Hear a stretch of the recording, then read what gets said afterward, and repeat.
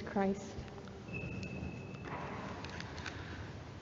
Today's readings are so rich, and each of them has material that you can talk for hours about. And so you have in the first reading, you have how Job, in spite of being tempted repeatedly, was steadfast in his faith and in his following, God.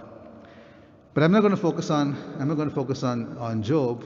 I would like to focus for our reflection this afternoon on the gospel reading.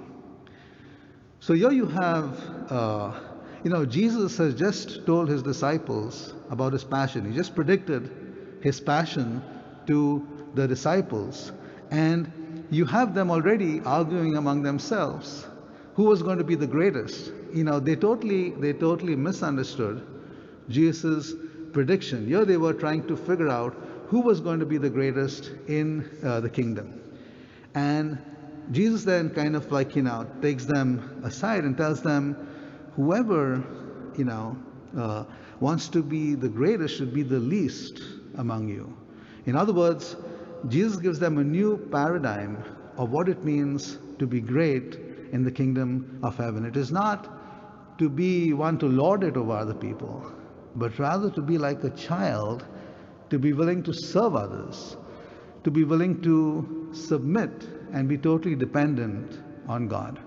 So that's the first message. The second message that we get from the gospel reading today is, again, the context of it is, you have the disciples. If you remember, the disciples were trying to drive out a demon once, and they were not successful. So they come to Jesus and they were like, why can't we do it? And Jesus tells them, this kind of demon can only be driven out by prayer.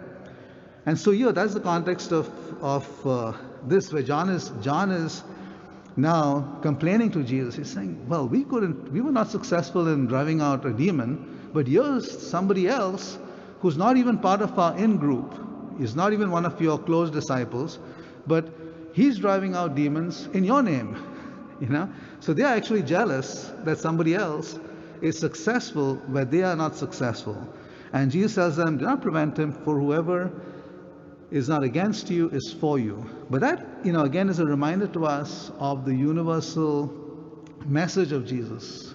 Jesus' appeal to being inclusive. And so as we celebrate today's martyrs, Lawrence Ruiz and companions, and we remember that we are a universal church, we also remember, especially as you have sometimes this tendency to try to define who is in this in-group, that we recognize that the invitation extended to us as disciples of Jesus is to be more and more inclusive, to recognize that we are all God's children and that we all have a role to play in making the kingdom of God present on earth.